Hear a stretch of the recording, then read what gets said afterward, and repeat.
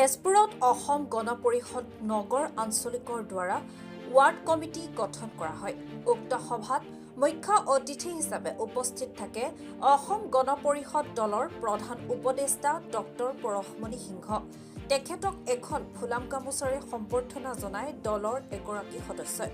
সভাপতি বুদন্ত দাস আৰু সম্পাদক সুজিত গাংগুলীৰ দ্বাৰা সম্পাদিত উক্ত সভাত ৰূপম বৈশ্য, ৰঞ্জন উপাধ্যায়, দীপিকা দাস, গিৰি পৰখেল, কাৰ্তিক বৰা, টুটুমণি দাস, গুণ কলিতা, বাপধন মেছ, সুস্মি দাস আৰু লুনা কলিতাৰ লগতে সকলো ৱাৰ্ডৰ সদস্যসকল উপস্থিত থাকে।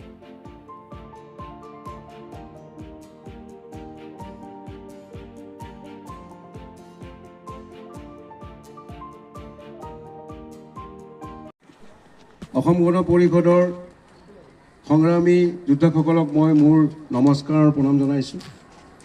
বিশেষ কৰি আমাৰ মহিলাসকলে বহুত দেৰিৰ পৰা বহি আছে, তেওঁলোককো বহুত কষ্ট দিয়া হ'ল আজি মিটিঙৰ এই কাৰণে। কিন্তু প্ৰথমতে মই মহিলাসকলক প্ৰণাম জনাইছোঁ, কিয় তেওঁলোকে ঘৰ সংসাৰ এৰি পেলাই এটা মিটিঙৰ কাৰণে আহিছে, বহিছে কিছু কথা ক'বলৈ।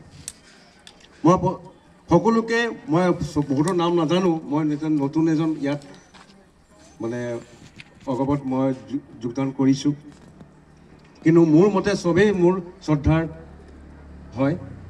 আৰু আমি অসম গণ পৰিষদক কেনেকৈ শক্তিশালী কৰিব লাগে, এইটো আমাৰ উদ্দেশ্য হয়। আৰু এই আজি ৱাৰ্ডৰ যোনটো আপোনালোকে এটা মিটিং ৰাখিছে, প্ৰত্যেকটো ৱাৰ্ডৰ পৰা আহিছে, আমাৰ 1 নম্বৰৰ পৰা আছে, 2 নম্বৰো আছে, 3 নম্বৰো আছে। আজি বিশেষকৈ আজি সভাৰ সভাপতি বাইদেউ, মই তেওঁক ধন্যবাদ জনাইছোঁ। আৰু বিশেষকৈ আমাৰ দাস ডাঙৰীয়া আছে, গাংগুলী ডাঙৰীয়া আছে, আৰু দীপিকা কৃষ্ণা কলিতা বাইদেউ আছে। আৰু বাইদেউসকলৰ নামটো মই পাহৰি গ'লোঁ, আকৌ ফট কৰি বেয়া নাপাব, ক্ষমা কৰিব। তুলুদা দাস, প্ৰতিমা দাস, সোণবাই দাস, সকলোৱে মোৰ প্ৰণাম জনাইছোঁ। মই বিশেষ কৰি বেছি নকওঁ, মই এটাই কথা কওঁ কি আমি সকলো মিলি অসম গণ পৰিষদক আগুৱাই লৈ যাব লাগিব। আপোনালোকে মোতকৈ আগুৱাই লৈ গৈছে, কিন্তু মই নতুন হিচাপে এজন কৰ্মী হিচাপে মই যিমানখিনি পাৰিম সেইখিনি মই কৰিম মোৰ ফালৰ পৰা। আৰু অগবক শক্তিশালী কৰা মানে এটা ইতিহাস থকা এইটো দল। ইয়াত সকলো আপোনালোকে মোক ক'ব কেনেকৈ কোন পথত মই গ'লে ভাল পাম, মোৰ ভাল হ'ব, চবৰে ভাল হ'ব।